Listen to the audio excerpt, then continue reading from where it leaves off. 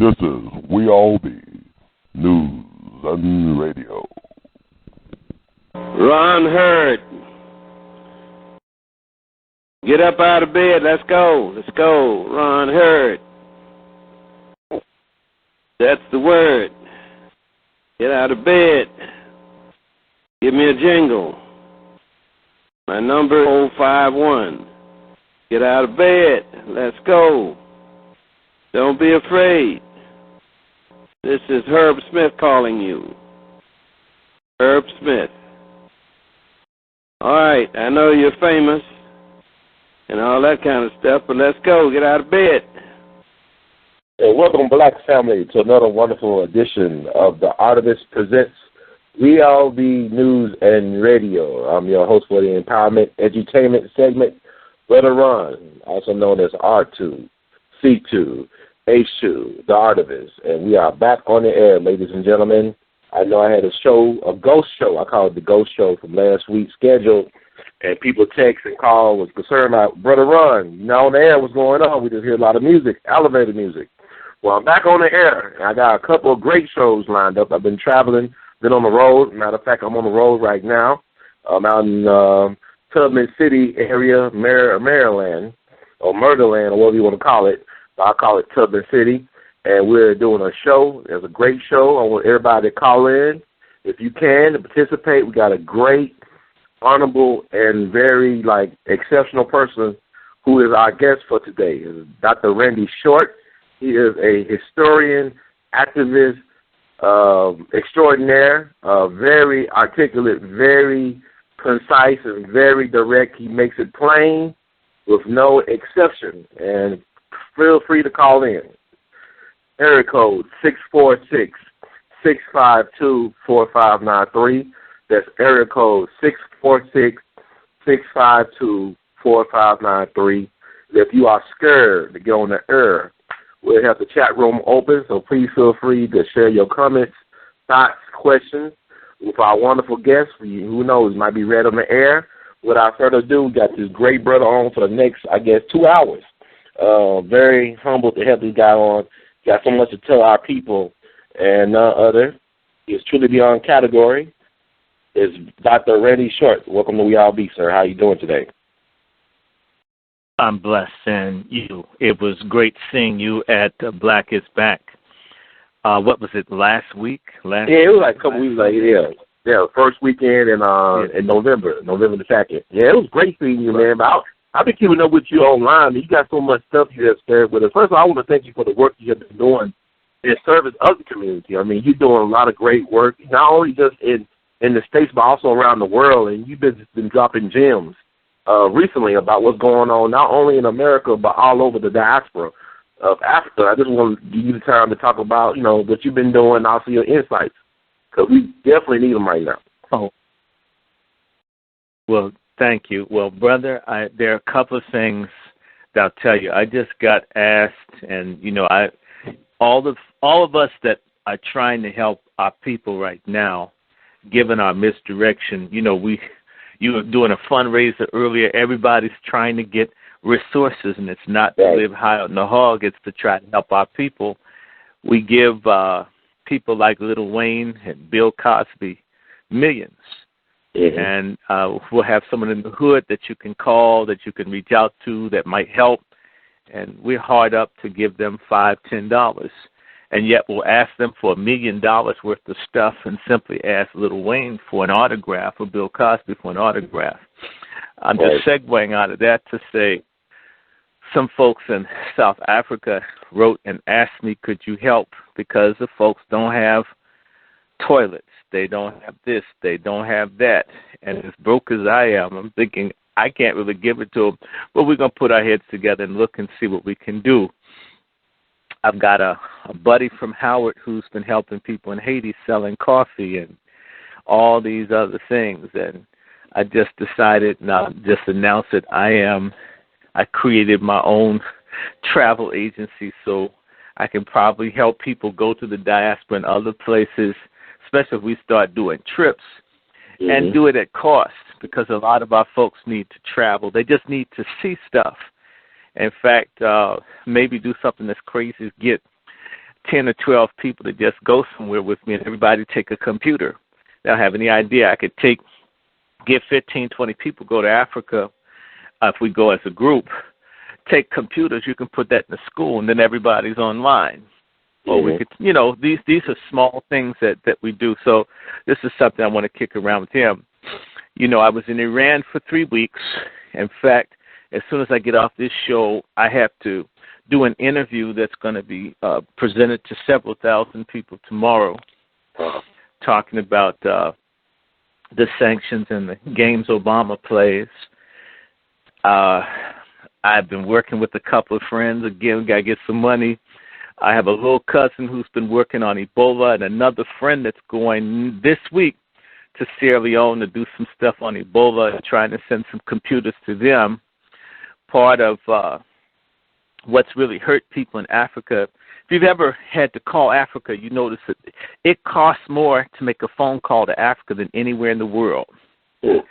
It costs more to travel to Africa practically than anywhere in the world. It costs more to ship goods to Africa than practically anywhere in the world. And Africans have the lowest access to the internet. So the only news they get is the bad, fake, racist, Zionist news. So I've been sending stuff to people in Sierra Leone, and they couldn't even open it, couldn't even give them life-saving information because they didn't have a computer. So I don't know, I got some help from someone somewhere else, and I bought 2 computers. I'm going to send that to people over there. So one, I'm going to have a guy carry. These are things that we do that make a great difference. Back to Iran, I was there for the New Horizons Conference, and we're just talking about Zionism and Israel and racism of the Anglo-American Empire. And then I stayed another 10 days, and I got to meet a lot of different people. And one of the things that folks may not be aware, because we don't get any real news on Iran, Iran is a country with somewhere between 70 to 80 million people. It is not a developing country. They got everything here. Everything we got here, they got there. They got cars, skyscrapers, internet, cell phones. The country is very developed. The infrastructure was impressive. If you consider that America has had sanctions against them for 35 years. It's not like Cuba, which has had sanctions for 55 years, but and Cuba doesn't have the same infrastructure. It doesn't look as good. Iran's been using some of that oil money for the right thing. One of the things that people are not aware of is that Iran is like the dominant Shia country in the world. Shia is a branch of Islam. By the way, there's one Islam. They're not 4 or 5. If you're Shia, you still believe in the Prophet Muhammad, peace be upon him. You still read the Quran. You still believe in Allah. You still have Sunnah. You still have the 5 pillars. You still have the Eids and the Hajj and all this stuff. It's more political division between different Muslims. But in Iran, they have a lot of respect for black people. I mean, I have been to about 17 countries in Africa, and the treatment I got in Iran was better than what I got practically every place in Africa I've been, and certainly better than the United States. And there is a complete interest. In fact, I was at different universities, and they literally have classes where they study African Americans. You can major in learning about black people. And it's not something to look down on. You bad if you speak English and you're doing African American studies, you big stuff. It's interesting as our schools are closing down black studies and Africana studies and African studies departments over there. It's hot. And I had a chance to go to a class where these people have been studying every solitary thing that's been happening in Ferguson. In fact, if you know anybody from Ferguson, people want your autograph because Ferguson just has their whole country on tenterhooks. Because Ferguson looked like Iran to them. It looked like the Shah. People who are old says, God, that looks like here. We know how that is. They doing y'all like that? Damn. So the people, I mean, there's so many things. There are many Iranians that are black. I was hanging with a guy named Hashim Zedi. Hashim Zedi is a black Iranian who's making a documentary on Malcolm X's grandson that got killed May 9th, 2013. Okay. And so you have black Iranians, a considerable number. And yes, they're the ones that make the music. They're the ones with the best food. I even took a picture. They have greens and okra. I'm not lying. They didn't start it, but they make some good fried chicken. This is all in the Muslim country of Iran. Yes, it's predominantly Muslim country. There are Christians there. I went to a church or two, but we don't hear a lot of truth about the place. I met different people over there that were from Africa, and I mean this. If you're black over there, folks will let you know that they like you. Of course, there are going to be racist people everywhere, but it was quite interesting to be on the train and have someone tap the guy I was with and say, could you tell this person, I think that black people are beautiful? I don't know this person. People follow you around to talk to you. I had a group of students come by at 3 in the morning to ask me about Ferguson. They didn't want to go home. So it was very refreshing for me. You know, I used to teach at Lane College, and I had a lot of students that didn't even want to be there. It's very interesting to go to a different place and find people who are very interested in the black movement. They know about Mamiya. You name it. Trayvon Martin. It was like, if you've ever seen this movie called Swing Kids, these German kids that were into black jazz during the Nazi period. Right. Or if you saw the movie, it was a movie on these kids in Ireland. I'm forgetting the name of it. But they were all in the Motown. They were in the everything black. Okay. You have these Iranian youth that are just crazed about everything. Black Panthers, Huey Newton, they got posters, cards, obsessed over this black thing. It was quite interesting. You go to someone's house, they have a picture of Martin Luther King. You go down the street, there are murals of Malcolm X, Malcolm X's grandson. And they know that he got killed. People in America don't know that Malcolm Shabazz got killed. That's true. A lot of black folks don't know still. They don't know. I'm not joking. I mean, the people were asking me about Farrakhan and why isn't he president? Oh, wow. And I'm thinking, I didn't want to come back. And it's even worse if you have someone, I mean, a white-looking Iranian come up to you and say F white people. And they're like, have you looked in the mirror? So I'm not that kind of white person. And it's very interesting.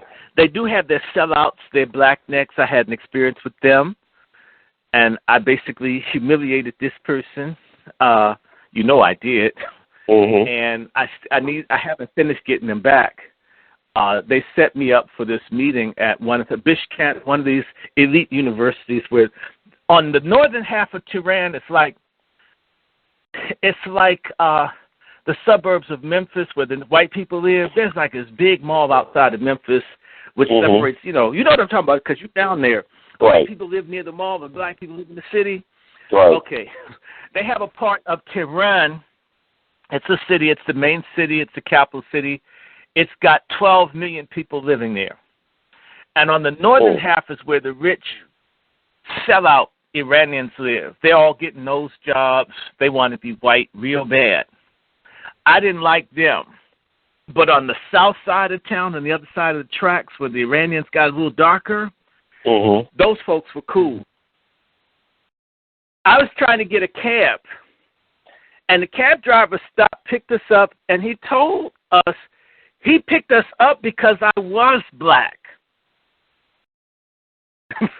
Imagine, I'm here. I can't get a cab in D.C. and New York because black people drive with Right. me. This person wanted me in their cab. And then proceeded to tell me how much he can't stand white people. And you're like, all right, this is very interesting. It is.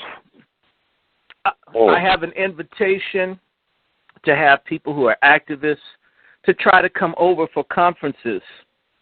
So at some point I know you always do a radio, but maybe you should go. Maybe you should give me a name, tell me when you want to come, because I plan to go back. We've been lied to about their country. Most people don't know that America caused the war between Iraq and Iran that caused Iran nearly 1 million lives. 1 million. Wow. America has supported terrorism within Iran that's killed a minimum of 17,000 people. 9/11 is 3,000. 3 goes into 17, almost 6 times. 6 times as many Iranians almost, if not of that number, have been killed by American-instigated terrorism in Iran. That's what happened to the United States on 9/11. The current supreme leader, Ayatollah Saeed Khamenei, he has a paralyzed left arm because he was in a bomb explosion. A bomb placed by an American-supported terrorist group killed somewhere between 35 to 40 leaders in Iran in 1981, including it killed the president of Iran. The United States had the president of Iran killed in 1981. The current supreme leader has survived 2 additional assassination attempts. As I speak to you, the same way that dope has been poured into our country, the United States in Afghanistan has systematically increased the production of heroin, or should I say opium, 4,000 times. It's poured into Iran and Russia. It's taken the lives of over 1 million people. In fact, we're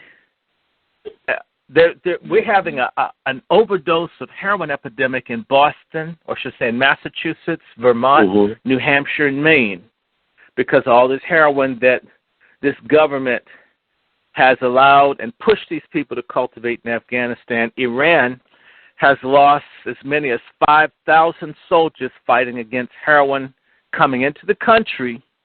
It has the most advanced anti-drug program of its army and police of any country in the world. I could tell you more. They love everything black music, you name it. This is just, they hide for it. It's a very diverse country. If you think you know what Iranians look like, you don't. Remember the show Real People, the brother named Byron Allen? Remember? Yes. I was at the Shah's house, and there was an Iranian that looked just like Byron Allen. Oh, wow. If I didn't know, I would have assumed it was a brother from the U.S. And when I told him he looked like he was American, he knew it meant, you black. He knew exactly what I meant. And so, I was at this museum in downtown Tehran. I have a picture. I'll send it to you. The Iranians have, in one of their main museums downtown, I guess, I don't know how to describe. Have you seen the glazed bricks on Babylon with the lions, the blue bricks? Right. They have this big thing about these glazed blue bricks. Well, on one of those panels, that's what I would call it, a glazed brick panel, they had a king. That king was black. I took a picture next to it. They weren't trying to hide it. If that glazed brick is 2,000 or 3,000 or 4,000 years old, and it's darker than me now, what did it look like thousands of years ago? It either looked the same or it was darker. The main epicenter of Persian civilization is in the southern part, Khuzestan, where Susa is. Well, that's where the black Iranians are from. and I had to embarrass some Iranians. Says I don't know a lot about black people. I told him you're a damn lie. The original Iranians or the original Persians are black folks. You guys were the horse riding fuckers, pardon my language, that didn't know anything. Sorry, mm-hmm. I'm sorry, I cuss. No, it's all right. You good. Racist. Yeah, no, you're all right. You good. Can you imagine that? So the original people in Persia are black. The originals. Mm. Which means when they show this racist movie 300 and they make Darius a white faggot, pardon my language. Mm-hmm. Go ahead. That's not true. He was a black dude. All of them were black. They weren't white people. They're not white now. So just to give y'all some information on Iran. And you got different types of black Iranians. You got some up by the Caspian Sea that are black with nappy hair, with big bubblicious lips. Mm. You've got them on the east side of the country that are Baluchi. I'm talking about with real afro rake hair. And, of course, you got them in Khuzestan. And then you got people mixed all between. Mm. Iranians are not Arabs. They don't like Arabs that much. And they think Arabs are racist. Mm. So, just to give y'all some black history, if the smartest Persians were the black ones that made the rugs and the calculus and all that, the next time someone tells you science comes from Asia, tell them, that's right, blacks in Asia. Mm.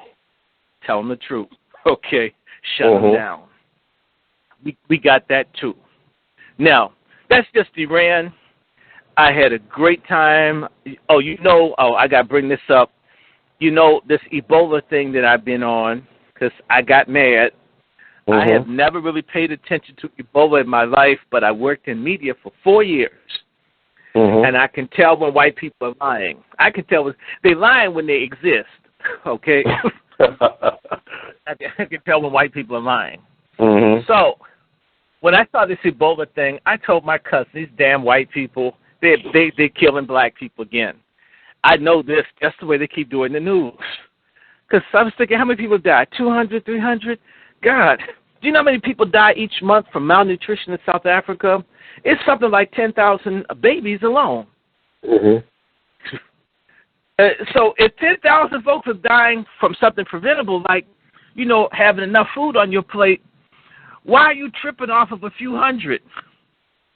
It seemed like the bigger number, 10,000, is preventable. You would just do it. Right. Now, what people don't understand, and I was looking at some World Health or one of these groups, I think it's World Health, the low-end number of black African children that die each year, the low number is 3.3 million. Every year, African babies die unnecessarily, 3.3 million.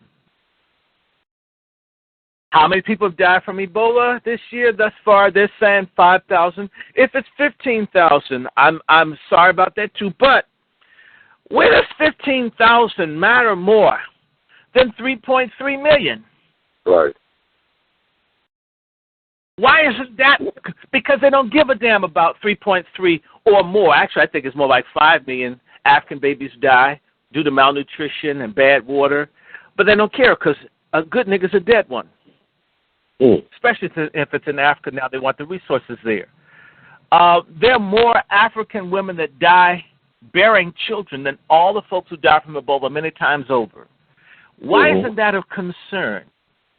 If you cared about lives of people being lost, they don't care.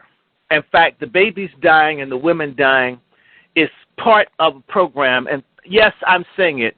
I'm blaming white folks. They got 911 blame a nigga. This is 411 blame whitey. And I do answer the phone. So millions of Africans die every year as a matter of World Health and IMF, World Bank, and other white groups' policies. So why did Ebola matter? Well, let's run through this because there's a guy who died. He died in 2009. His name was Boyd Ed Grace. Have you heard of him? The guy who found the special cancer virus to prove U.S. made cancer to kill people and they made AIDS. Oh, wow. Okay. I met him over the phone. Oh, yeah, well, we have to have another show. Definitely.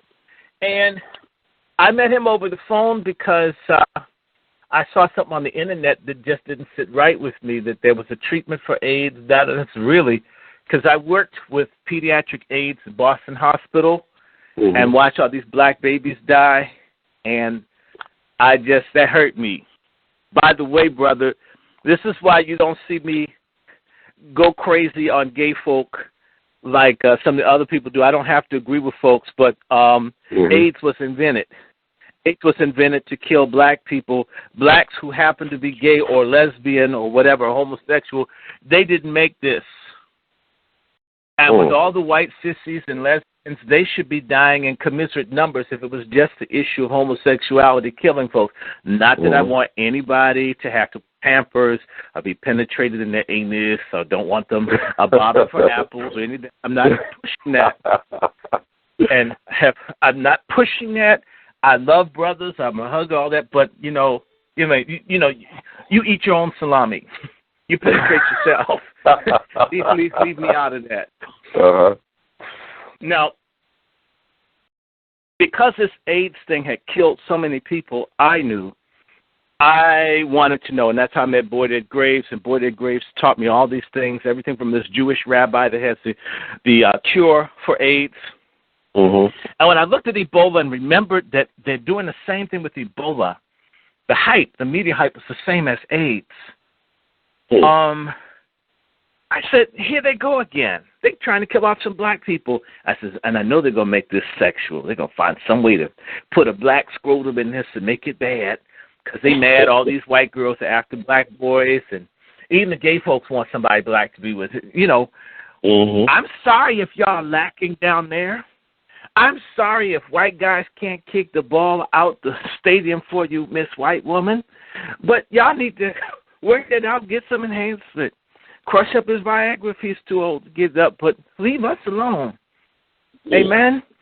Anyway, I saw all this, and I began to say, you know what? I'm going to go online and look, because I know white people lie in clear view. And it's very easy to debunk white people. I do it all the time on television, and I'm not an expert. I just know white people lie. I don't believe anything they're saying. So everything you say, I'm going to disagree with it. Because they're used to whatever they say. They think it's something comes out the mouth of God. No, it's doo-doo out of goose 90% of the time what they're saying. Usually it's some kind of rationalization, justification, or defense for why they have other people's stuff that they've used genocide and slavery to acquire. So I don't agree with any of that because I hate genocide and slavery, especially if I'm the recipient of it. Oh, hell to the no on that. Are you feeling me?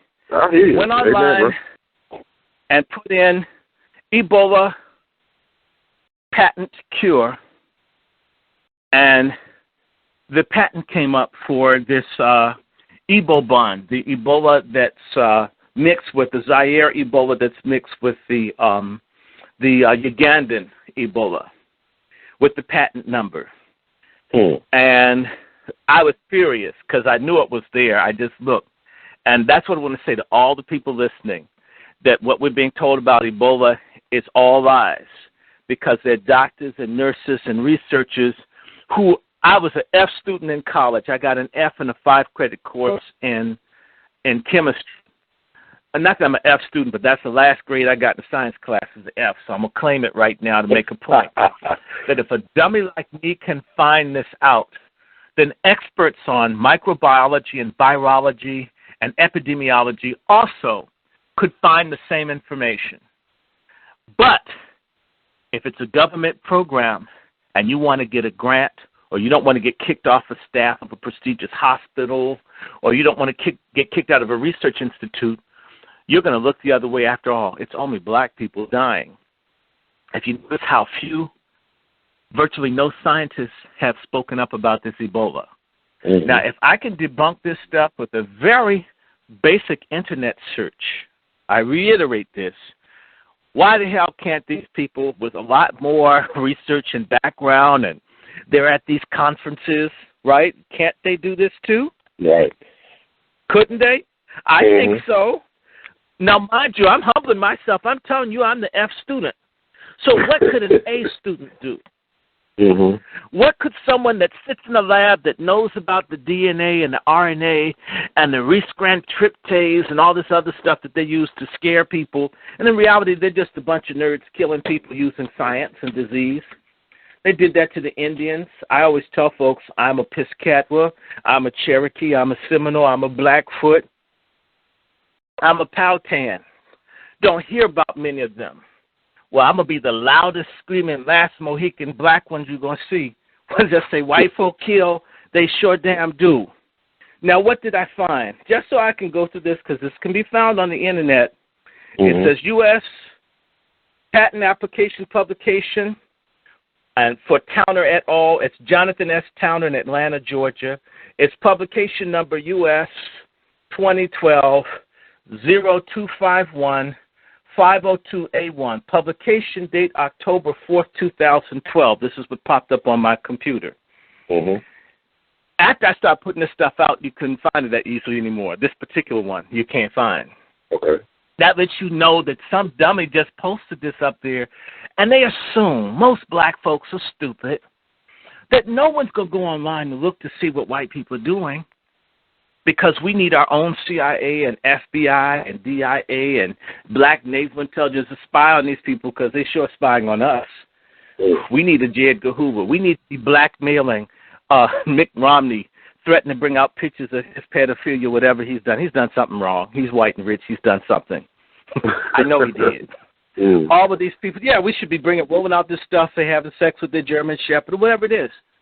We could get a whole lot of people not to want to run for office because black people are going to expose them. Adam Clayton Powell knew about all the filth of white congressmen. That's how he got all those bills passed. He knew who was a pedophile. He knew who was a closet queen. He knew who was having sex with their own children, and that's how he got those bills passed. We black folks do this to one another, but we never use this knowledge on white people to achieve anything. Understand what I'm saying? I hear what you're saying. Man, in your state, Tennessee, let me just give you an example of what I mean. Your former senator, Frist. Frist? Bill Frist, remember him? Yeah, Dr. Bill Frist, Do you know what Frist was doing in Africa? Do you know what Frist was doing in the Congo? He said he was doing, like, vaccinations, I believe. Well, I hope no. I don't know about the vaccinations, but I do know that Senator Frist is a Presbyterian. And he was in a place in Congo called Lubundai. And he was there when the head of that mission, he and his wife, raped scores and scores of black women and girls. Oh, wow. Now, how could you be there for a whole summer and not see something?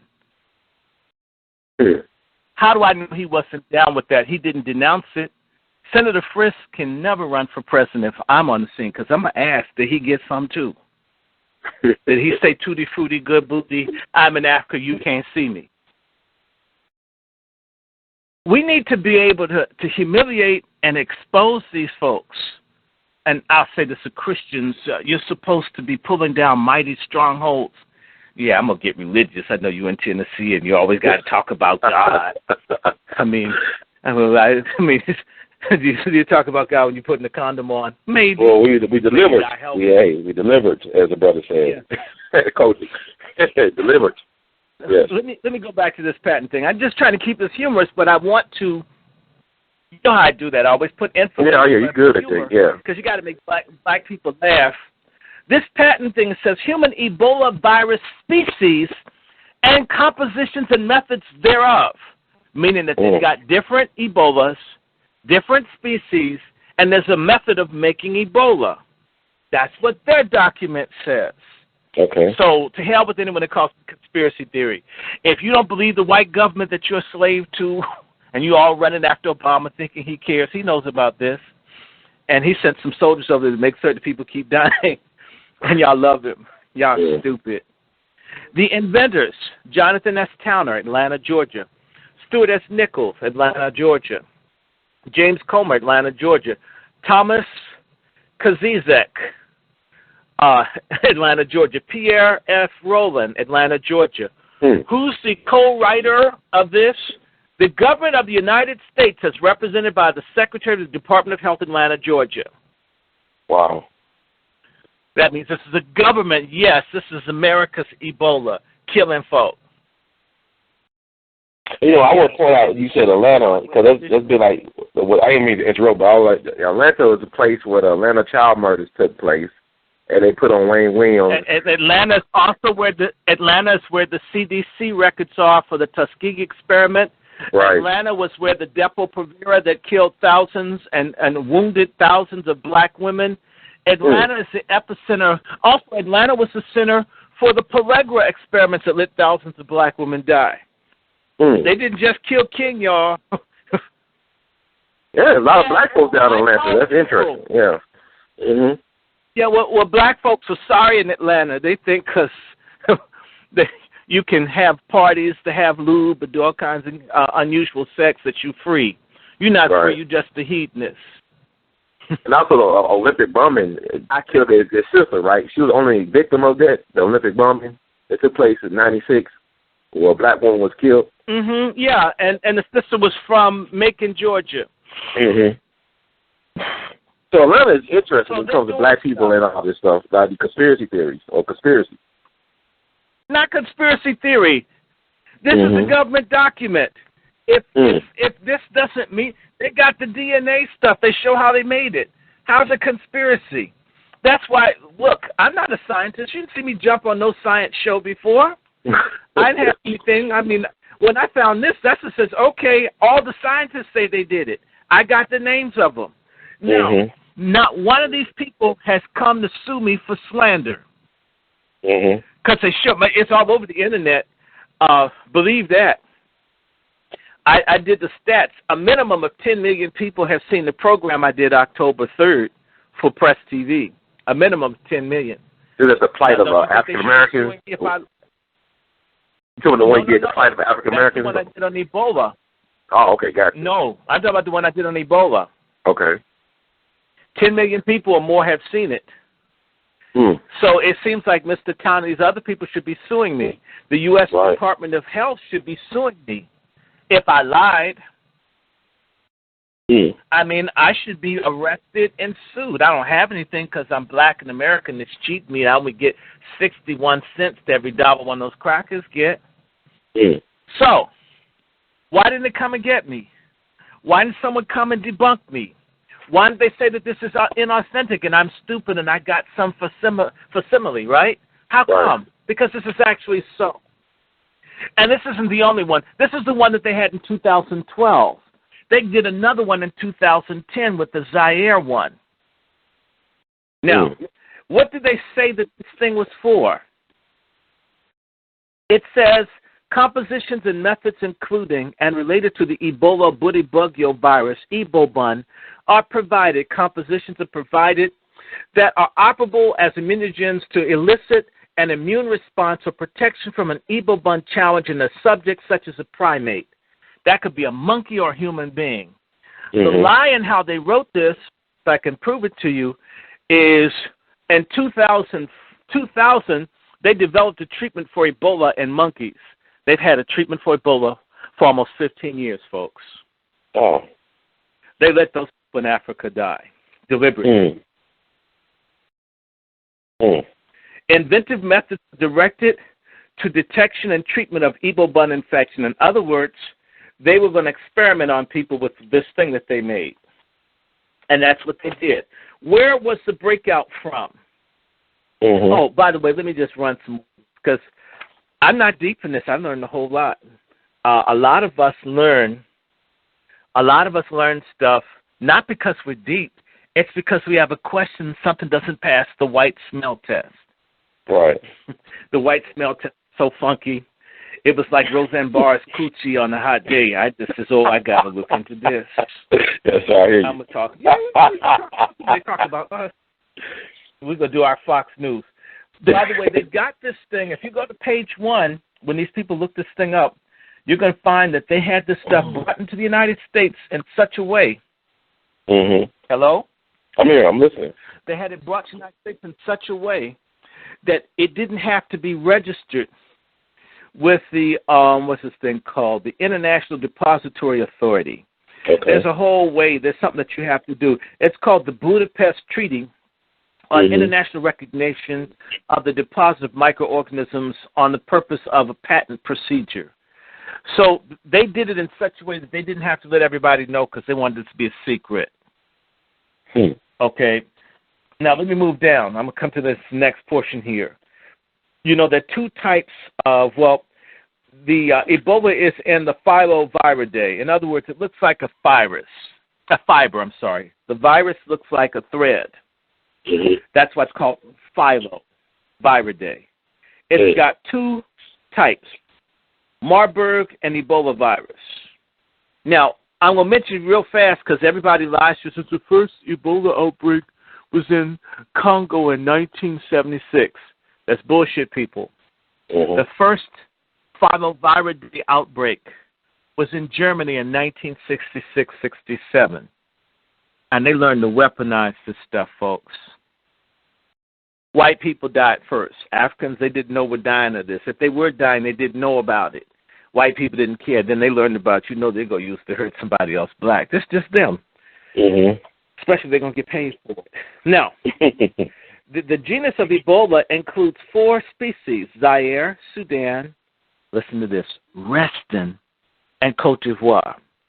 I'm emphasizing Reston. Do y'all know where Reston is? Reston is in Northern Virginia. Reston is right next to Langley, where the CIA is. Okay. They literally almost named the Ebola for where the city right next to where the CIA is stationed. Wow. Now, y'all tell me. I'm like, screw me, man. This is what this is. And my mother's going to start yelling at me. Let me ignore her because she's going to yell.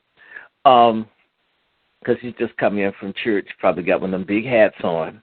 Probably can't see. I mean, let me take it off. Okay. Are you feeling me?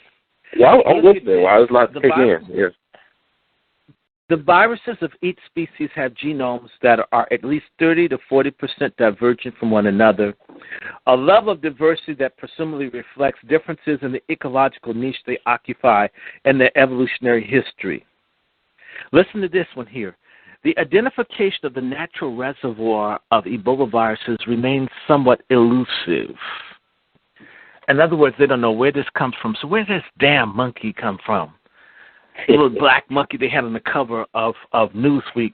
I mean, the monkey was blacker than Wesley Snipes. They want white people angry at black people. The black monkey that's going to kill us. Yeah, the niggas are coming. The niggas are coming. Remember that? Oh, yeah. Temptations. I remember that song. And wow. And by the way, remember, I put it up on Facebook. I said, if we see a monkey and we see the white people go and survive and the black people keep dying, this is a government project. Remember I put that up? I said, I know y'all going to call me crazy, but it's going to go just like I'm telling you. Just like I'm telling you it's going to go, because I've been through this with AIDS. I watched so many other people die from AIDS, and, it broke my heart. By the way, if you don't want to get one of these things, please watch their sexuality. I don't care what kind you into. Hi, how you doing? Doing the radio. Okay, God bless you. All right. Okay, just that is rude. Now, check this out. Okay. I told you she was going to yell. I want to mention something else here. Skip it on the same document on page 5, because I just want to shut everybody up. I want all the blacknecks. In fact, a blackneck is a black trader that doesn't get it, that thinks white people love them and they hate black people. Y'all got a lot in Tennessee because I lived in there. Tell all your blacknecks don't call in because I don't want to answer their questions. I do discriminate. If you love being black and believe we're at war and we're being persecuted, call in. If you're confused, if you think Obama's Jesus or he's the updated Martin Luther King, Malcolm X 2.0, don't call me. You're not going to like talking to me. And trust me, I already don't want to talk to you. Item 59 in this patent from October 4th, 2012. It says, in another aspect, the invention provides an isolated H Ebola virus, including a nucleotide acid molecule with a nucleotide sequence that is preferably, blah, blah, blah. I'm going to skip down to that. Sequence number 1, under stringent conditions, a nucleotide sequence has at least 75, 80, 85, 90, 95, 96, 97, 99, 99 identity, and one embodiment of the present invention, the human Ebola virus is killed. In another, the virus is attenuated. In another, the infectivity is attenuated, the human virus is reduced. In another, the infectivity is reduced by at least 5-fold, 10-fold, 25-fold, 50-fold, 100-fold, 250-fold, 500-fold to 10,000-fold. What am I saying? They already had a treatment before they came out with this. This H virus, they have an ability to make certain that no one gets sick. I want to just give y'all some quick history because outside of Washington, D.C., it's Fort Detrick, Maryland. And I forget, it's a small name. It's U.S. United States Military Infectious something disease. It's USMIID something. It's too long. I forget, it's too many words. Basically, y'all, it's the U.S. government's Biological Warfare Division. It's in Fort Detrick, Maryland. I became familiar with Fort Detrick, Maryland through a book called Plague Wars by Mangold and Goldberg.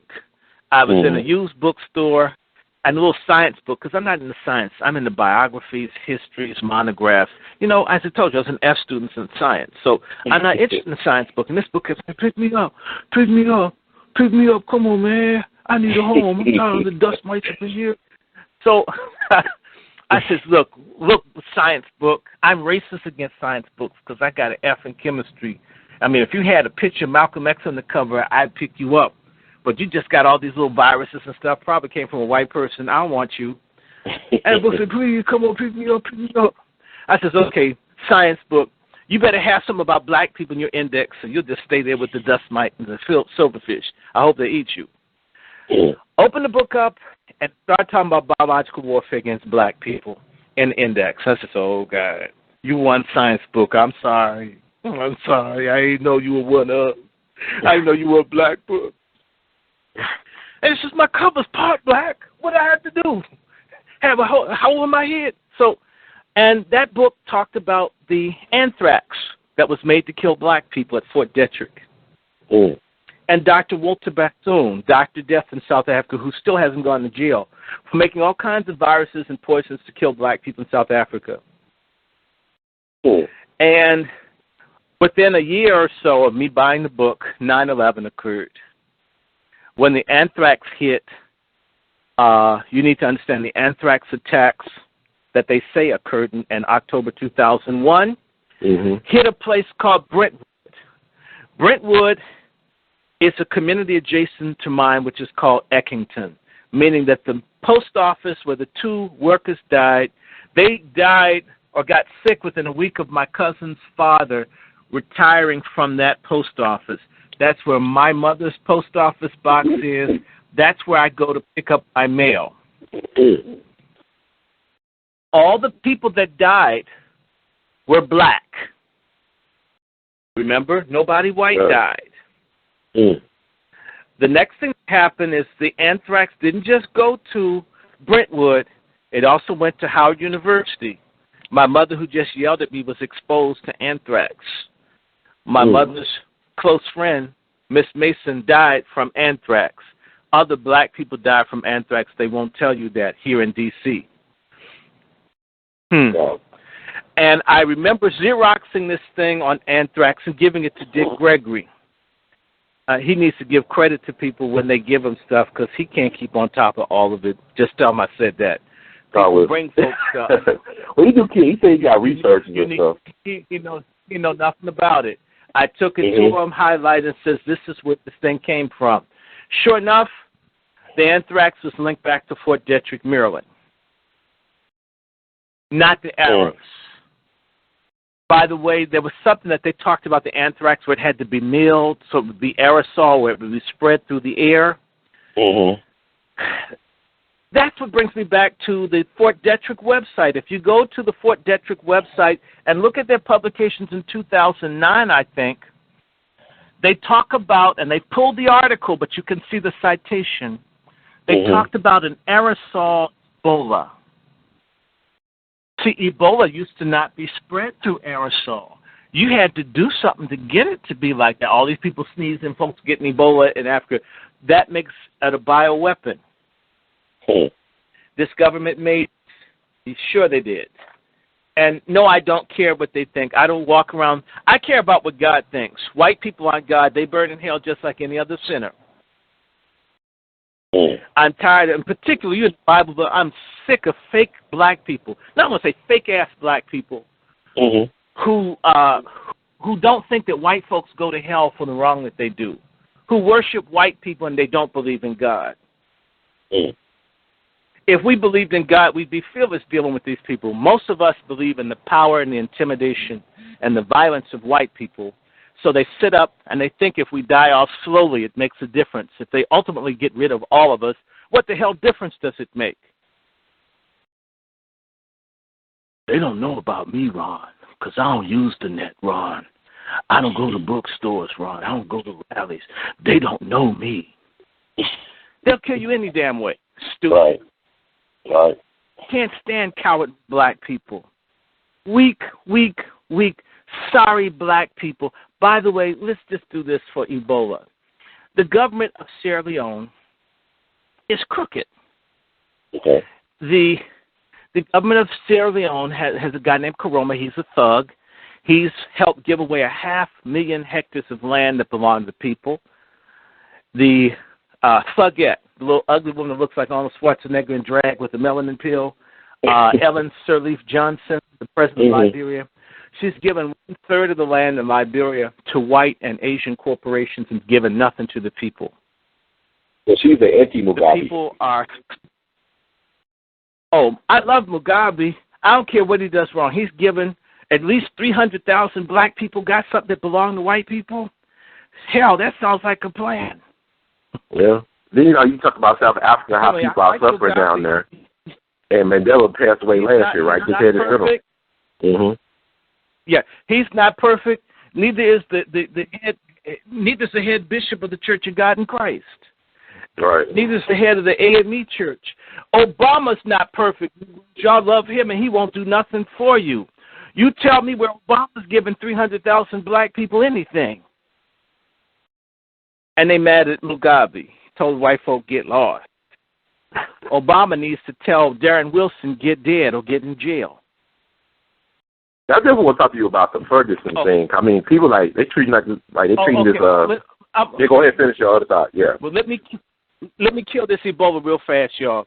Now, y'all know, guys, on the MH, the Malaysian Air Flight 17, they killed a guy named Glenn Thomas, and they killed a guy named Joab Lang. These are the foremost experts on Ebola and AIDS. Glenn was about to expose that the United States, Fort Detrick has an outpost in Sierra Leone in the city of Kenema. It's the 3rd largest city in Sierra Leone. That's where the outbreak started. That's where they were experimenting on people with Ebola and other things. He was going to expose that, and that plane got blown up. Wow. He was on his way to Sydney, Australia to expose the U.S. government, and he's dead now. And everybody at the G20 down there in Sydney, right? How you doing? So, how y'all doing, y'all? And I just want to say the government of Guinea is corrupt, too. So some of these African countries got bribes. They were worried about their people rising up. And Sierra Leone, there have been strikes. Diamond miners who produce 60% of the world's diamond on strike. Sierra Leone has the best port in West Africa. Liberia has 10 to 40 billion barrels of oil. They have a minimum of $10 billion worth of gold or more. And that stupid, ugly woman who's corrupt, Sirleaf Johnson, you want to get a job in Sierra Leone? If you didn't fall out the scrotum sac or the right ovum, the right vagina connected to her, you ain't getting a job. So she's corrupt. She put her family in every position. So she's been begging for Bush and everybody to send troops there so she can kill people if they rise up against her. She didn't win the first election. She's an Americo-Liberian. Let's run this down. August 24th, 1814, black folks in the British Royal Marines burned the White House, Library of Congress, some other stuff. More power to them. And that's when the United States says, oh, my God, they got the people in the American Colonization Society decided to send all the black people that were free to Liberia, where they had a 50-50 chance of dying from disease.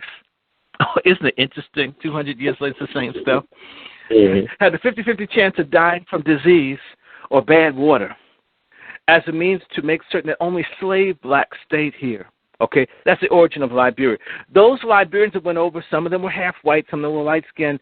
They felt that they were superior to the Africans there. They've dogged them the whole time. That's why the country's unstable. Sierra Leone, similar thing. The British got tired. They did an ethnic cleansing program. If you're black, you better get the hell out. We're going to kill you, starve you, or we give you a free trip back to Africa. In 1806, they created Sierra Leone. So you have two countries with confused wannabe white sellout blacks, black-neck Africans. I call them Conti blacknecks. Conti for continental. Continental Africans who don't want to get it. Conti. My word for blacks like Susan Rice, a little ugly tramp that looks like Gilligan's Island had a melanin pill, got a sex change, and Eric Holder, he's another trop. Trops are blacks from the islands who hate our guts. Contis are Africans that hate us and their fellow poor Africans.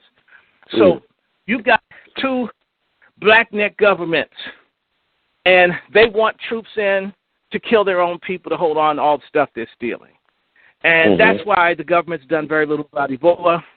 And they can tell you about the bad food. Let me tell you something. If all the Negroes you know down in Tennessee, I was in Tennessee, I had more pork there than Cincinnati. I had pork every time. They even had pork in their oatmeal and stuff. My God. Oh, you put a little lard if you don't have butter. Oh, God. Now, all the Negroes that have been eating chitlins their whole life, has anybody you know got sick? No. Definitely eat chitlins, no. They're trying to tell us black women that have been making monkey stuff, whatever, for thousands of years. Now, all of a sudden, white people show up and black women can't cook right? Who are you going to believe? Your black woman or a lying-ass white man, racist? So I don't buy all this monkey stuff. I don't believe in that. And they're the ones that infected the monkeys. So let's just move right along. Yes, there's probably an Ebola virus. It may be in a lot of stuff. But it didn't kill people like this one that the white people made. Ebola flares up every so many years and may kill 20, 30 people.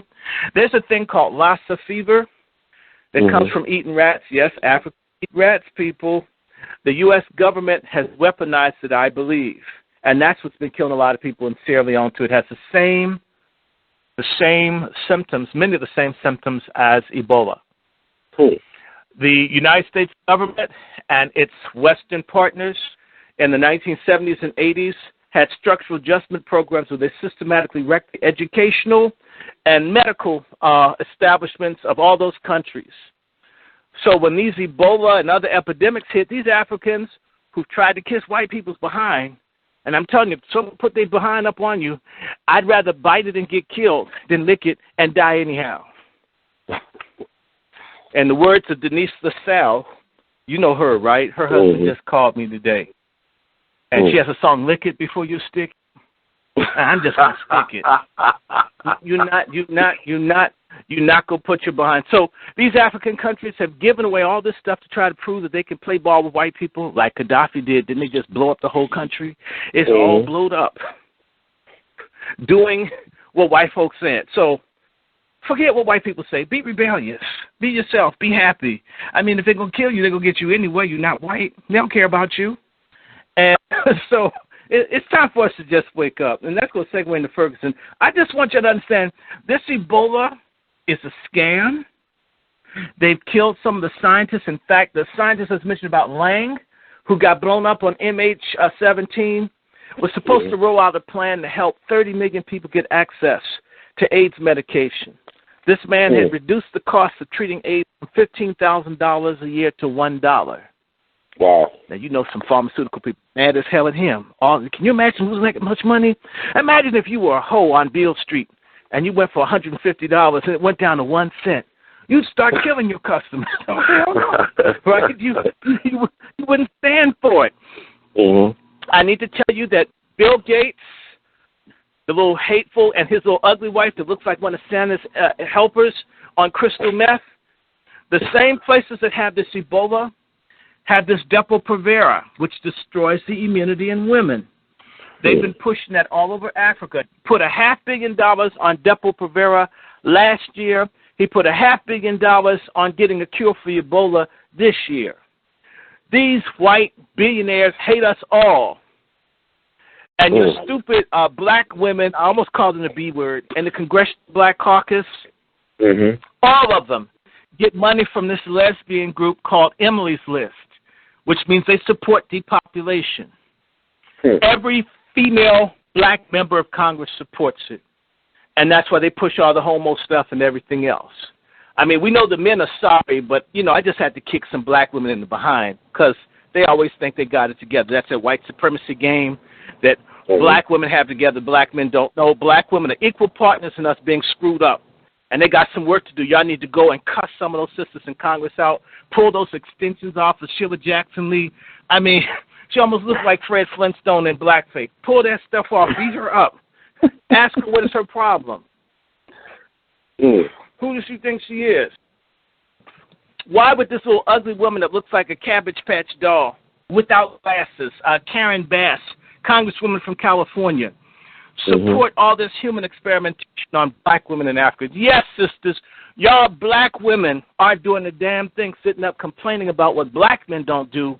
And when this is a clear woman-woman issue, y'all just as sorry as black men are at leaving their kids.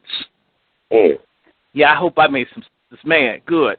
See, I can speak with authority. We need to start calling sisters out. In this revolution for change, everybody's accountable. Just because you have a vagina, it may be good, but it doesn't make you a good person. What are you doing as the person with one? Do you just think, well, I'm a woman, I'm a strong black woman? You ain't a strong woman doing nothing. You just sitting there like doo-doo on the corner, sitting there stinking if you're not involved. And yes, they went all over Africa. Bill Gates. You know how all these black women like that show Scandal? Because it's a black woman screwing a white man that's powerful. Hell, Sally Hemings was doing that 200 years ago. What's up with y'all? And Sally Hemings didn't have to work a job. He was taking care of Sally Hemings' kids. This woman has to pay her own taxes and her own IRA. That's a step back.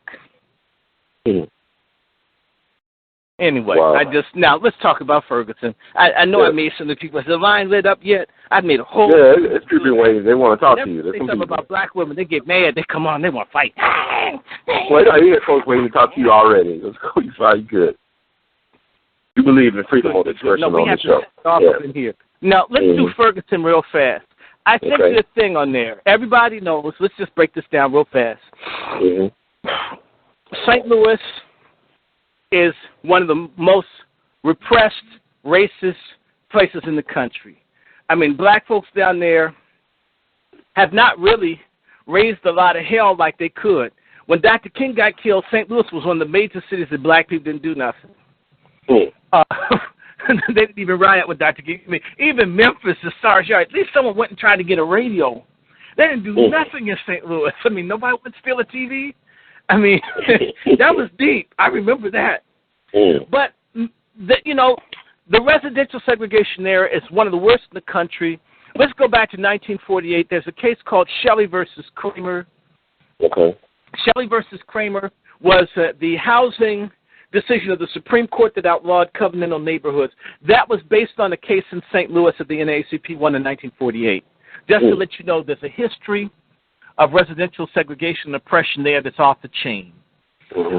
St. Louis is deeply segregated. The things are backwards. And the police have been killing people a long time. However, back about 2006, blacks in St. Louis were leading the country and police getting killed. So it doesn't happen enough, but it did happen. People in Ferguson need to learn their own history. Anyway, they shot the boy in the head May 9th, and the rest is history. The people are rising up.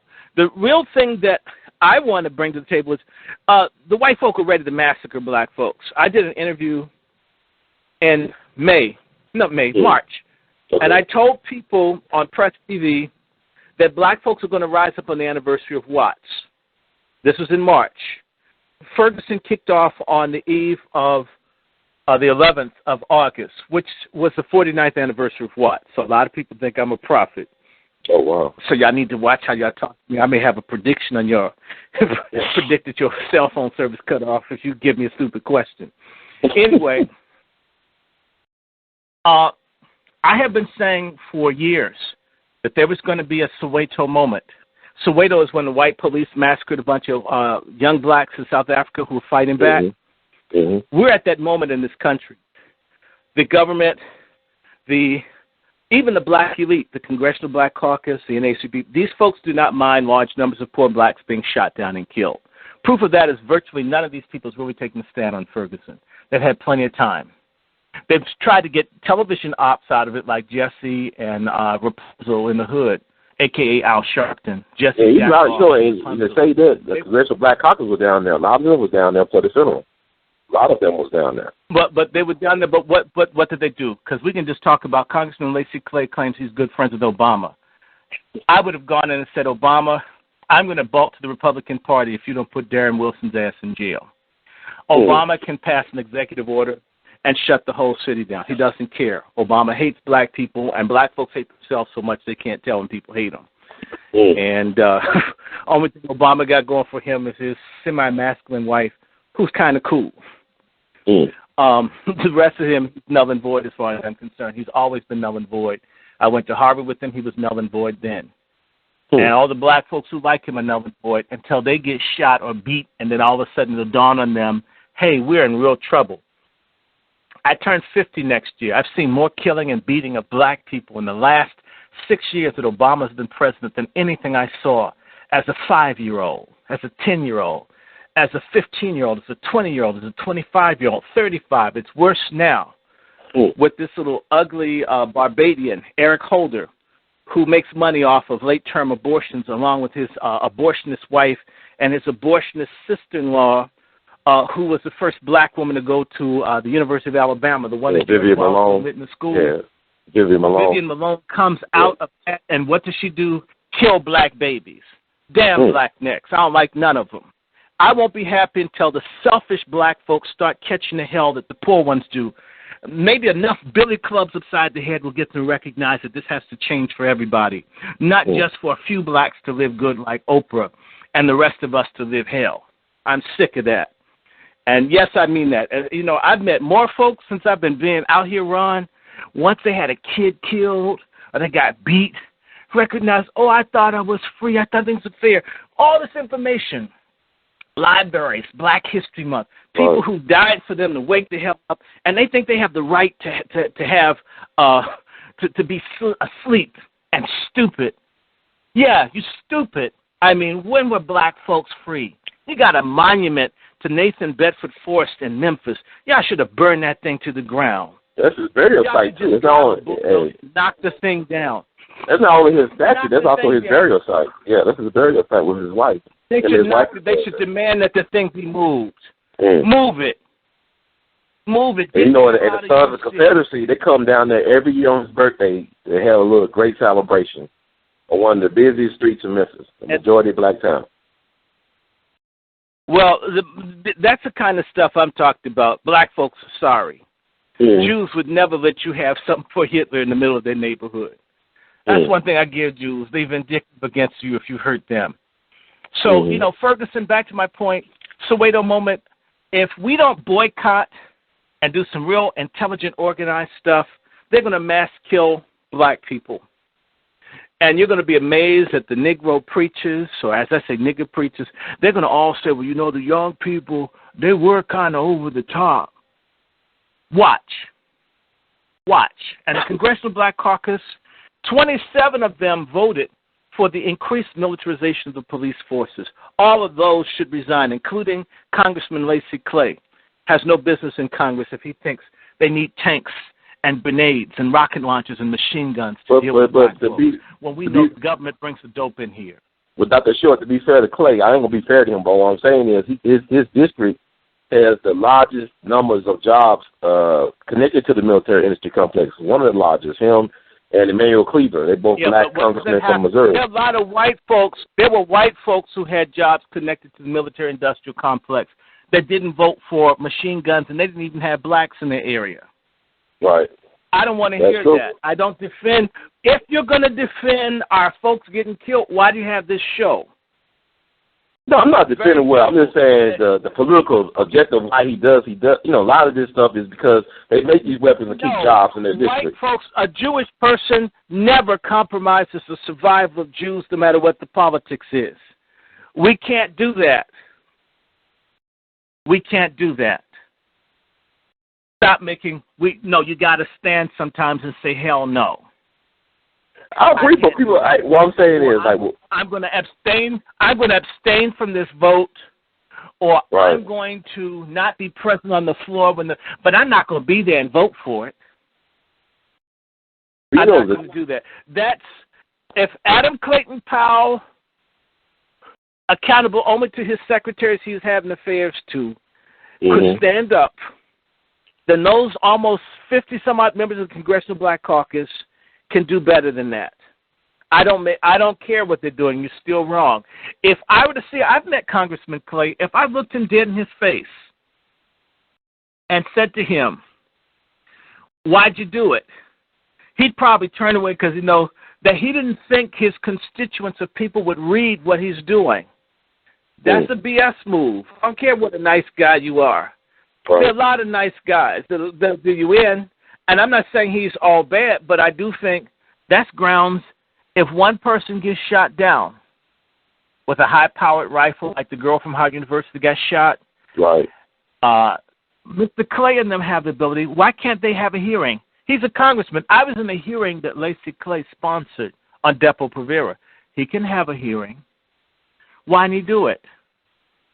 Because he's friends to Obama, and they wanted the Democrats to win, which means our black members of Congress don't mind some of us getting shot and killed as long as their party stays in, because that's their job. That's their fame in Congress. But not only that, but you remember like 20 years ago. That, Rod. You can't. Well, I was saying, was black. I agree with you. You said a lot of valid points, but what I'm saying is, like, even 20 years ago, they sold us out with the crack coke policy stuff with Bill Clinton in office. You know, they sold us short. They got us longer sentences for, dealing in crack. So what has black political leadership done for black folks? They didn't do any research on crack. They didn't look into any of it. Someone white came in and they said, yes. I guess if the right person in the party says spread your legs, I guess they do that too. Right. Because someone said. How is that any different from a slave? Someone white says and you've got to do it without thinking about it. You ain't a free person. No disrespect. You're not free. If you can't stand down and say, I got to resign, can't do this. I love my people. And they ran to this. They didn't ask anybody. I was working in media when they did it. Let me show you how sorry black folks in Congress are. 1995, 96, when they were burning churches, a bunch of them were burnt in Tennessee. Right. I think of that. It will blow your mind. I'm working as a production assistant in public television. The person that was sending information to the people in Congress and the NAACP is me on my dime. You got a research division and staff, and that's where you got the info from? And you got full-time employees? Those folks, you know what they do in the Congressional Black Caucus? They have orgies and fashion shows. They ain't doing nothing about our future or planning our destiny. And that's why they control all these people. Look, we knew about Jesse Jackson Jr. having at least one white mistress. I think he had two. Wow. I mean, strutting with his Colombian. I mean, in broad daylight. They get to D.C., this place is Freak City. They forget about people back where they come from. We know. I'm a Washingtonian. We know about the Congress people that have sex with kids and all this stuff. That's what they do here. This is like Hollywood on the East Coast. They're not thinking about our people. You tell me a piece of legislation that this Congressional Black Caucus has put out, all of them together haven't gotten something through in years. Why not? Why not? At least If you get shot down, you tried. Why? Because that little ugly woman that looks like Gomer Pyle, Nancy Pelosi. They kiss her behind. Nancy Pelosi, I don't like any of them. Mm-hmm. Nancy Pelosi said, don't help black people in New Orleans when they were dying. And the Congressional Black Caucus said, yes, ma'am. We let thousands of people die and be displaced. Your Congress members did that because a white woman said. I can't forgive stuff like that. I don't make no excuses. I don't like them. Okay, Nancy Pelosi, little ugly woman whose father was a racist, I think a racist lawyer or cop in Baltimore. Was he also a mayor too? Was he a mayor of Baltimore at one point? Was he the mayor? Whatever he did, he was kicking black folks in the behind when he was doing it. He was a Dixiecrat. They held black people down when he was mayor in Baltimore. And folk, I mean, people don't even do research. I mean, if your father's a cracker, bigot, so what his name ends in a vowel? I don't like Italians, the way they're treating black people, letting them drown all off the coast. I mean, come on now. Hold people to one standard. I'm not expecting people to be angels, but, Nancy Pelosi's done nothing for black people. Rahm Emanuel, little switch hitter with the gay bathhouse membership who hates black people, he ain't done nothing for black people in Chicago. He's the one that was blackmailing Clinton with Monica Lewinsky, who I think is Israeli intelligence. How do you have the president's cigar stuck up your behind? You have his cum on your skirt and your freezer, and you get a job in the Pentagon after that?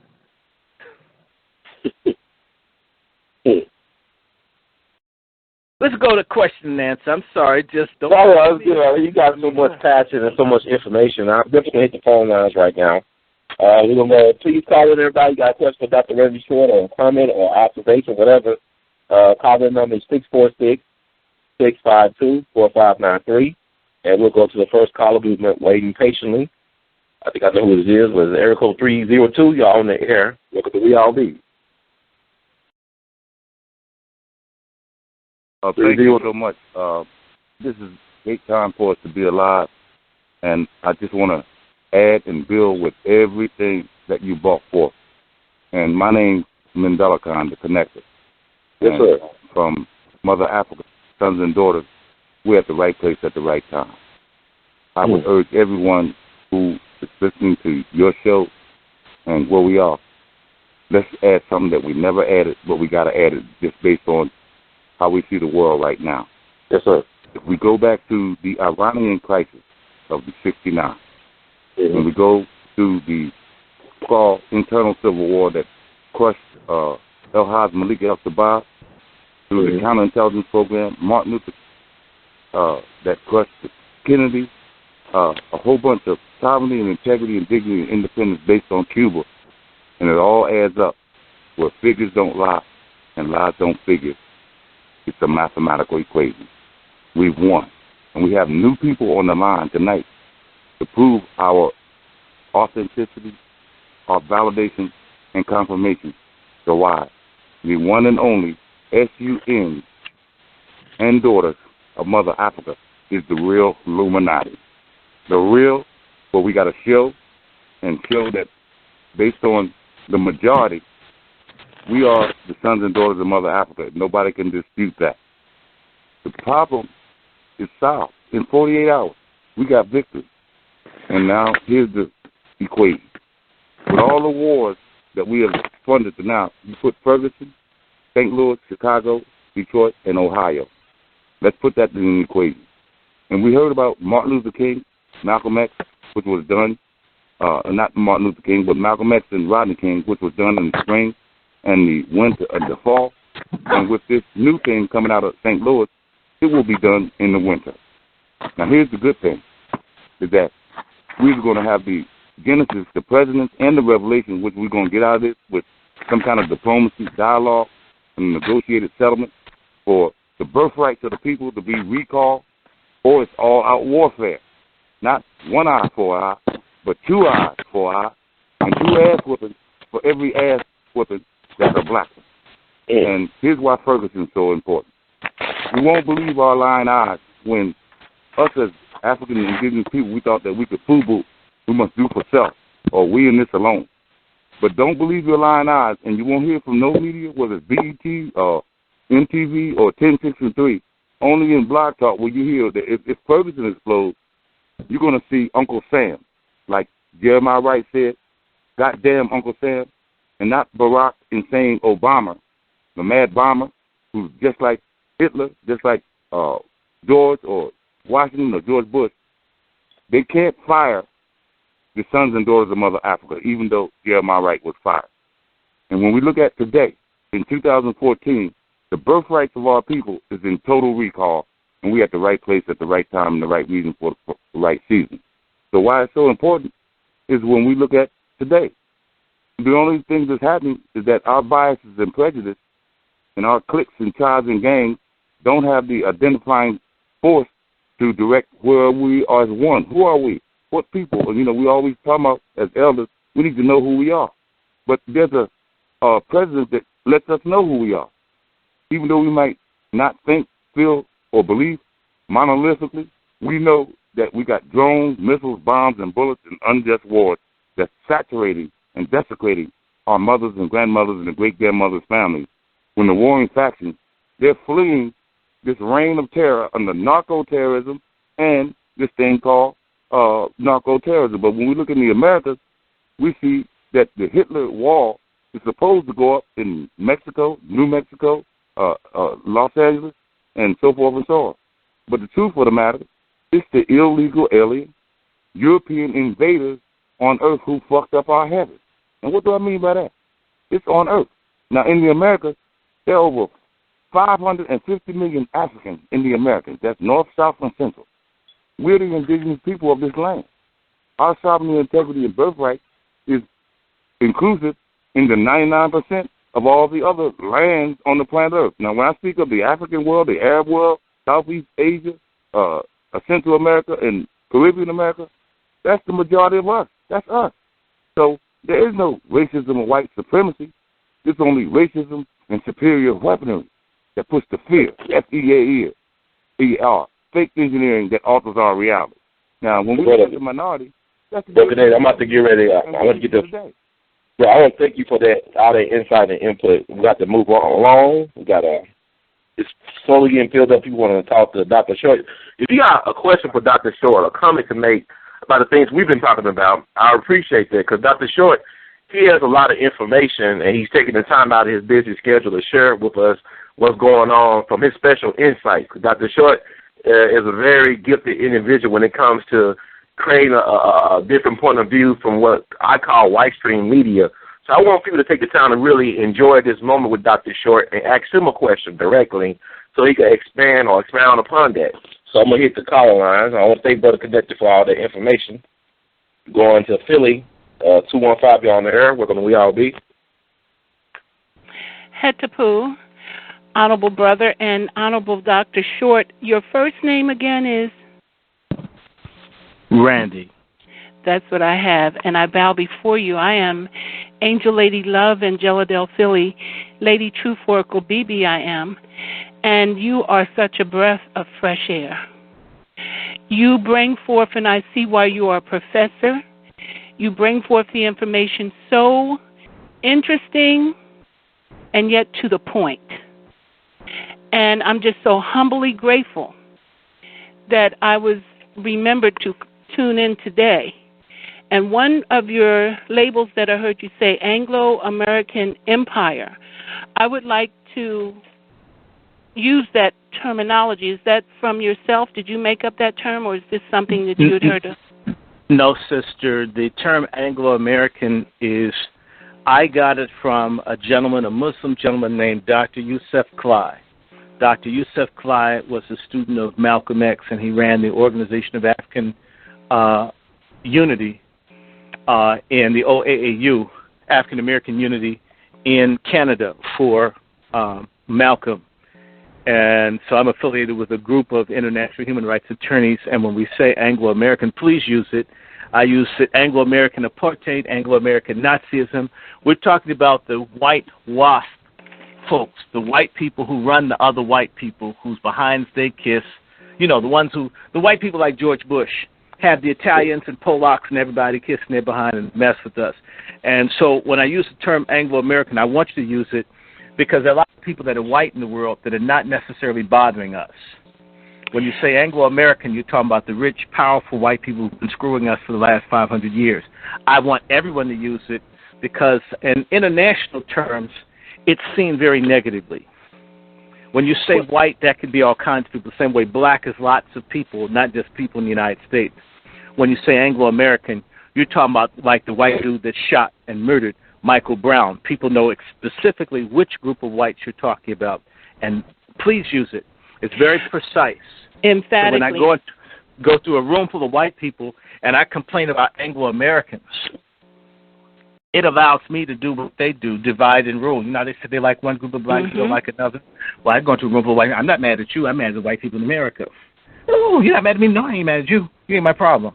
And we need to learn how to psychologically and semantically say exactly what we mean because just as sure as my phone is on, somebody white in Iran helped me to pay for it. They weren't fighting against me. They've been helping me. So do you understand? If I say, yes, I'm mad at white people, that alienates someone who's not going to fight my fight for me, but might assist me for their own set of reasons. Emphatically. Because this other term I've heard of who I think that it's come from, this white supremacy, it, to me is an oxymoron. Because how can something degenerate be supreme? We are the supremely divine, universal, melanin-enriched human beings in and on this earth, the four corners of the planet Earth. And some reason or other, we think that we are correlated with these degenerates, which even in my handbook, it goes on to say that they are mankind, womankind, humankind.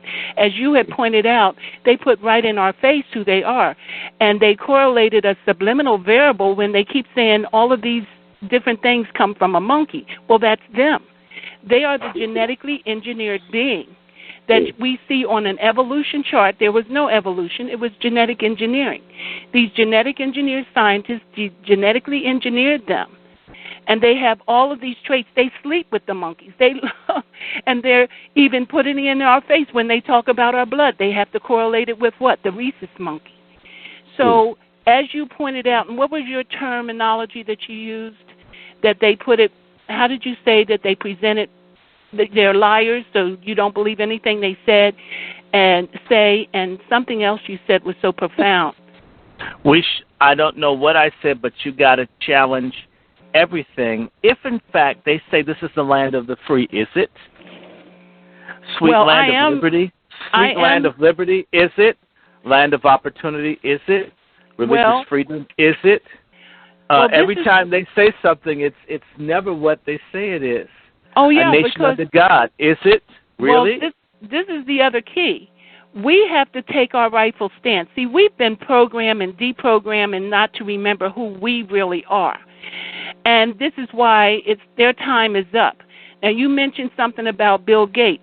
I understand the people in East India are suing he and his wife because they've been all up in India giving their children some kind of vaccinations, which they're now suffering from autism. The Indians need to discover that they're black. The black people that they're after are in India and in Africa and the diaspora. Exactly. And the people in India, they catching on.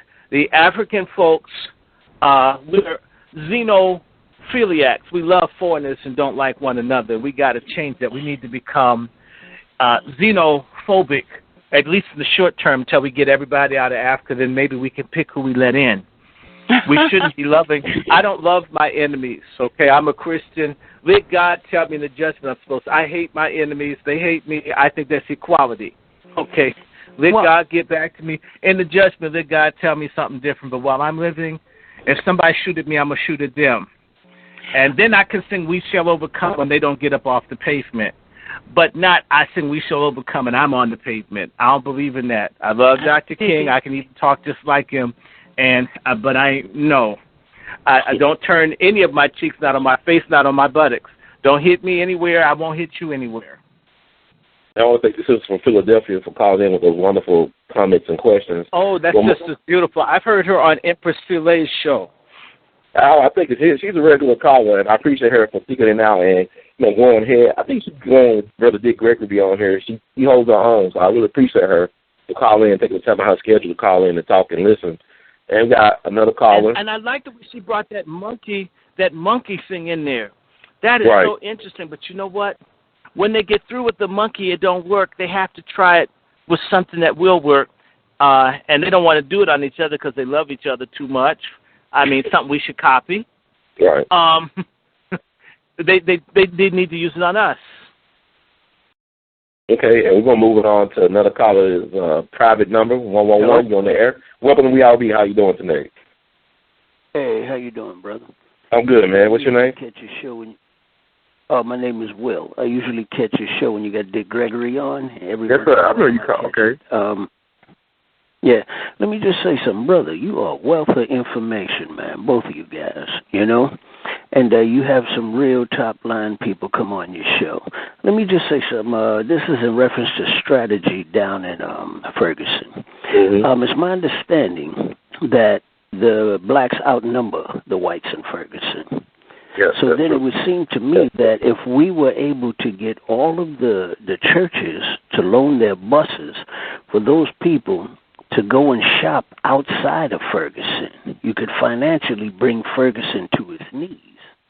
If you could coordinate a situation where we can get all those buses down there to pick people up and take them when they got to shop and when they got to buy stuff, and just shut down all of the money, shut down all the black money being spent there, they will feel it. And the merchants will get up after those politicians and things will start to change down there. That's the only thing I agree, but I got one concern. All right. It's called 501 slavery money in the church. If these nigger preachers are paid by the government to be the spook that sat by the white supremacist door, then one of the biggest criminal enterprises in our community are nigger preachers. You are 100% true, man. I don't even like going to church because of nigger preachers because I almost want to fight half of them. You are 100% right. Preachers out, they make me feel like I'm a Muslim when I go to church because they won't tell the people the truth. So you know what? The people need to stop going to any nigger preacher's church. I call it a tithe cut. They shouldn't give one dime. They should start by boycotting nigger preachers. Yeah. If those guys went out of business and they didn't have any money to put in their Lexus or their Caddy or their BMW, they would get out of the business or just be pimps or drug dealers like they are anyway. That's what needs to happen. If you're not going to truly stand up for poor people and do the work of Jesus Christ, who's a black man, not the effeminate faggot who's the Medici's boyfriend that people think is Jesus, if they're going to follow the suffering man who championed the poor, they should give their money and their tithes to them. But if they're one of these people that basically wants to be a black Jerry Falwell on Fox News, I don't care if all those nigger preachers starve to death and their churches go into foreclosure, like Bishop Eddie Longstroke, the one that's molesting the boys, had $25 million for his sexual addiction and couldn't build some houses or create a bank or something for people in Atlanta. Yeah, brother, you are 100% right about that. And, I don't know about down there, but in New York, it seems to me that those little old ladies that put those $1 in that plate, these are the churches with their financial infrastructure are the ones who's building they're building the new luxury apartments that putting those little old ladies out of their apartments, and nobody's standing up to that. But here's what I want to say: we could call them out and identify them if they don't participate. We can call them out, make it public, and the ones who don't participate, we start to call them out. That'll be two hits for one. You understand what I'm saying? But the only way you're going to bring Ferguson to their knees, it's got to be some kind of repercussion. And right now, we're not set up to go head to head with these people. They already paraded what kind of weapons they got down there. And brother, I was on the phone with some brothers in Ferguson yesterday. Yeah. This is a suggestion. And I say it to your whole audience, and maybe this can be organized, brother. We need to start this week tying up the phones and making the internet service crash for the Federal Reserve System, for the White House, for the Capitol, for Bank of America, for Wells Fargo, for the New York Stock Exchange, and for the governor's mansion and the government of St. Louis. If people just called and internet and tied that stuff up, everything would crash. People wouldn't be able to transact business in this country. We could stop it, and nobody has to go out and get shot or face tear gas or dogs or even get hemorrhoids from sitting on the asphalt in the cold. We could do this nonviolently. Exactly. If people are willing to do something as simple as make a phone call. Do you realize if you tied up all the phones, no one could transact anything? That would make all this stuff start crashing. Everything would start crashing. The internet, people could just send an email every 5 minutes, a few hours a day. It would shut down. It would bring this country to, and put the Pentagon in there and Homeland Security. Well, tie up everything. Let me just finish this thought. We can make people do it if we wanted to. Yeah, let me just finish this thought, and then I want to ask you a question. All right? Here's what I want to say. Years ago, I was thinking, I said, why don't black folks, right, why don't we elect a black president that deals with issues around globally for us? A black person, you know, like a board of directors or a black person that we, before we move as one. Our financial things, we move as one. Everything we move as one. We become a block, and they have to come to us, and they have to sit and negotiate with this person like they do in Israel with the Jews. You understand what I'm saying? Yes, sir. And somebody that we could scrutinize and keep it straight, you know what I'm saying? But we vote in this person, you know, and the United States president would have to deal with this president almost like dignitaries meet each other. I'm saying until we get organized as a block, because right now, and here's the question I'm going to ask you, everybody's so interested in being colorless so they can get into the media, make that, you know, crossover money and everything, that they're not really trying to hear issues, and these shootings and beatings is just going right by. And as long as it don't land on their, you know, in their gated community, they could care less, man. That's what I'm saying. Are we too far down the road to save it, or what? Because the damage is deep, man. Mentally, the damage is deep, but it's not too far. The thing is, do people really want? I meet a lot of black folks. I'm going to go to the scriptures. It says, Jesus asked the Pharisees, how long can you exist between two opinions? Either he was who he said he was or he wasn't. And they didn't want to decide one way or the other because they didn't want to lose. African-American people are fence riders as a majority for many different reasons, but ultimately we're fence riders. And we exist between two opinions. Should we assimilate or should we go our own way? Anybody that's still wondering, after the last 50 years of the killing, the drugs, the fluoride, the abortions, whether we need a divorce from white people for irreconcilable differences, those folks are useless that can't make a decision. That's one. Number two, there's a group that I'm affiliated with called the International Human Rights Association of American Minorities. What they've been trying to do, and what we need to do, which ties into what you said before, we need a plebiscite. Look at Scotland. Look at the Catalans in Spain. Why aren't 60, 70 million African Americans saying we want independence right now from white people? We talk about the 4th of July, and these white people bitch and moan about what the British did in Lexington and Concord. They've killed many more thousands, millions of us, and we still talking about dealing with them? When do we start talking about independence? White folks run around commemorating the Civil War and gray and marching around. Where's our reenactment that we ultimately will not be ruled by them? We need to get to the point of saying it is unnatural for white people to rule African-American people. It's unnatural. This is the same language that these Anglo-Americans said for the British. We need to take the same language for our own purpose to say it's unnatural. We should be working towards having self-determination and sovereignty, just like you said.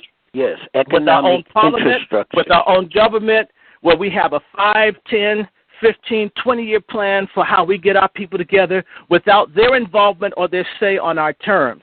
If we're not talking like this, then we're asking to continue incremental genocide where we eventually all get wiped out. And let me show you how close we are. Since 2003, we've aborted so many of our children, 1,700 a day. When Michael Brown died, 1,700 black babies were murdered. And this is cool in our community.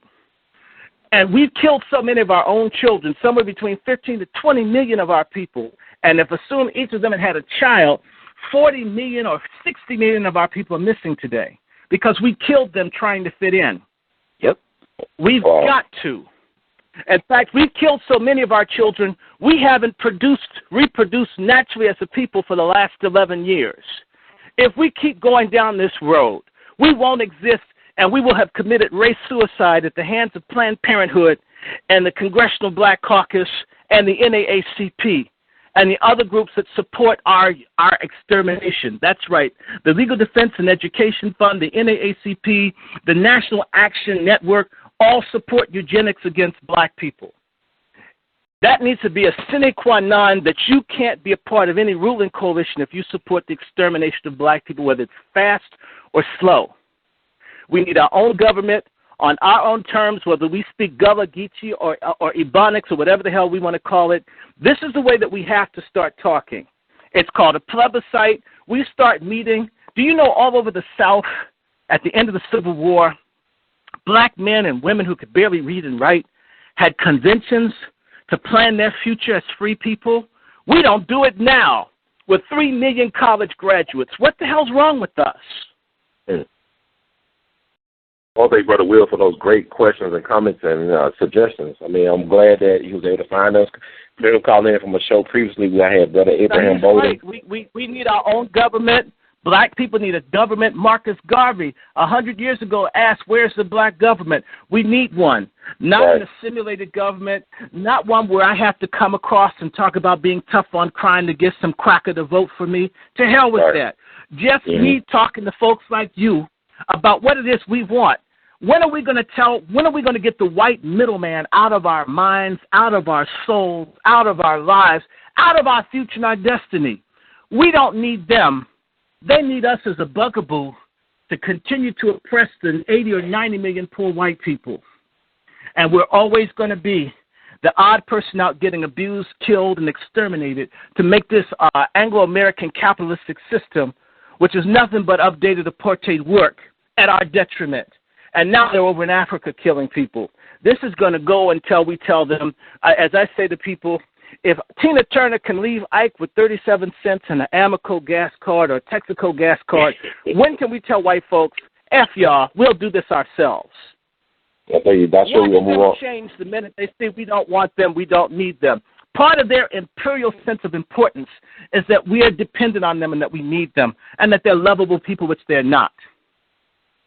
Yes, sir. We're going to move on to the next call. We got a couple more callers here. Got 10 minutes left on the show live. The area code 302, y'all know Earl. Welcome to We All Be. Yes, Brother Ron and Brother Sharp, this is Jahi. Brother Jahi, how you doing, man? Yes, Jahi. Beautiful. Brother Randy, were you? I don't know if we talked about this, but the cat that was at Delaware State University, the professor from Liberia, who was a professor of plant biology, wrote a series of articles that went viral, and the Washington Post had to respond to it. He's a scientist. Are you familiar with that? Yeah, you're talking about Brodkins, or I forget his name is something like that. Right. He's at Del State. He's from Liberia. He's not responded to several people who tried to get to him. He's afraid. Let me reprise. They killed over 100 scientists on that plane. I think scientists are worried. He don't want to die on no plane. They're killing people. This is George Soros's money. This is Bill Gates' money. You think they wouldn't kill a little African scientist? You go and Google how many scientists have been getting killed since 9/11. Anybody who's a scientist that says anything nowadays can get killed because they want people to shut up. So he's probably scared. On top of that, if he's Liberian and his government is in on the BS, that little ugly woman that looked like Arnold Schwarzenegger with the melanin pill, yeah, I'm talking about her. And I know people that my mother was a pastor of a Liberian church. I don't care if her friends hear what I said about her. The woman's ugly, she's corrupt, and she never won the election there. These people are all World Bank, IMF employees, in particular Sirleaf Johnson. The World Bank came up with the depopulation thing when it was run by McNamara, the guy who brought us the Vietnam War. So, his government is in on killing its own people because he's got an English name. He may be an Americo-Liberian. He's not one of those bush Africans that they don't like. That's the problem there. That's why I brought it up earlier. So we got this I'm better than you, the Jack and Jill Boule Greek letter type division that we got. They have it over in Liberia and Sierra Leone. That's why they've let certain people in the slum areas die. Those people don't matter to them. People need to remember that the black so-called Americo-Liberian government allowed Firestone to have slavery of Africans in Liberia into the 1950s. Wow. Yeah, also, I sent you something. This guy named Kitty Awadu. Yeah, I've responded to you. I'm going to look at it. I'm going to send it. I'm trying to get this stuff out because, brothers, you know, the thing that I need to mention is this Ebola stays in your semen 21 days after the Ebola goes. So just in case you feel like a nut, if you have Ebola, you better not get none. The Ebola never did that before. Now all of a sudden they got one. Make certain, just in case he survived all that, if he gets some, she die, he dies. Wow. And I need to remind everyone that Nazi doctor up at Columbia University's Maryland School of Public Health, James S. Phillips, the one who killed black women with bad drugs like Depo-Provera, all over Africa, these corrupt governments have taken pay to allow them to inject and put stuff in girls in places like Sierra Leone and Guinea. The epicenter of the Ebola outbreak in Guinea is the place where they've been sending this Depo-Provera since 1997. I was on the money last year, wasn't I, Heard? It's connected. Depo-Provera destroys the immunity of the women. So if the women get Ebola and they're on Depo-Provera, they're likely to die. Wow. All right. Well, hey, that's it. That's all I wanted to say.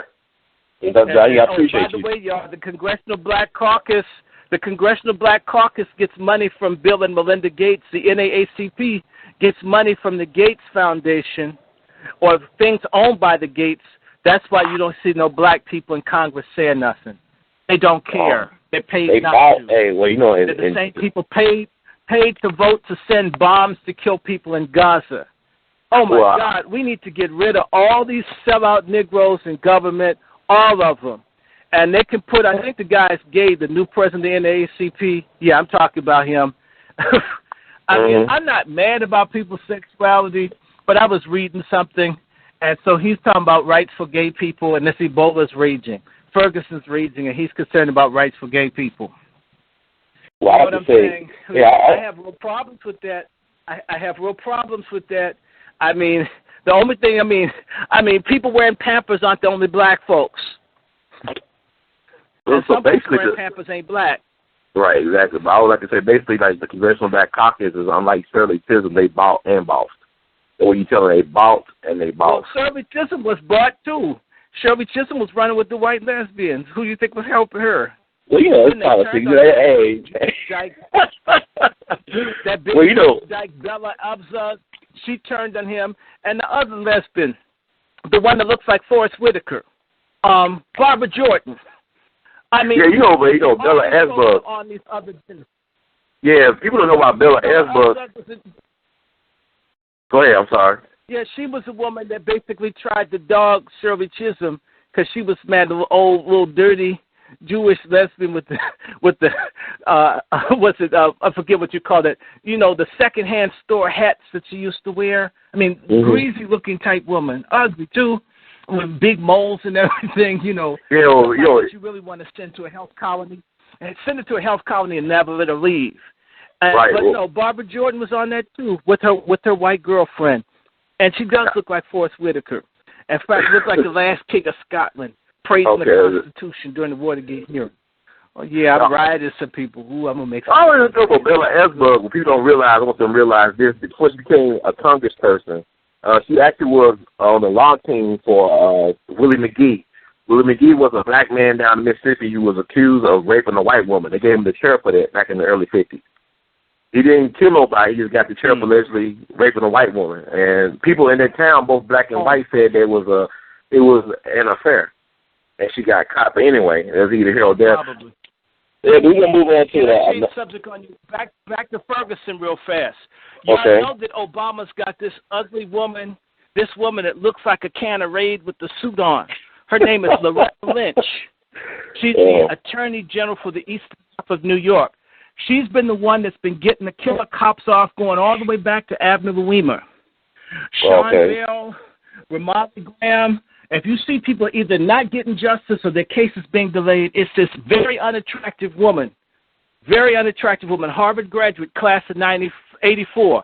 I went to Harvard. You know, I can't stand people who went to Harvard. So when I see Harvard, I get scared because I went to school with them. This woman, this ugly woman, this hateful killer cop queen, sellout, is who Obama wants to place Eric Holder with. She's going to make certain that blacks die in Ferguson. She's the one that's made it the norm across the country for police to shoot blacks 10, 20, 30 times and get off. Her. That's who Obama's going to give us, y'all. That's why I talk about him like the dog that he is with his big hang glider ears. Can't stand him. He's talking about white folk getting executed in Syria and concerned about Hong Kong and hasn't said one thing about Eric Garner or Michael Brown. Then he brings us this woman looks like where in the world is Carmen Sandiego. She also looks like the evil woman from Lean On Me that was fighting with the Principal Clark, the little ugly-looking woman. I know you're talking about. Yeah, she passed away. Evil. Y'all got to be against it. People in Ferguson need to know it's coming down. It's coming down.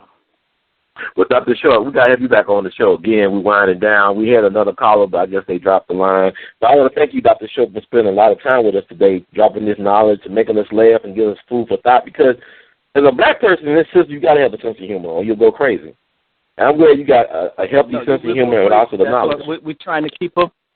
We're trying to keep them laughing. And the woman does. I don't know whether to call Terminex or Jesus when I saw who Obama wanted to be the next Attorney General. I mean, I'm serious. I mean, it was scary.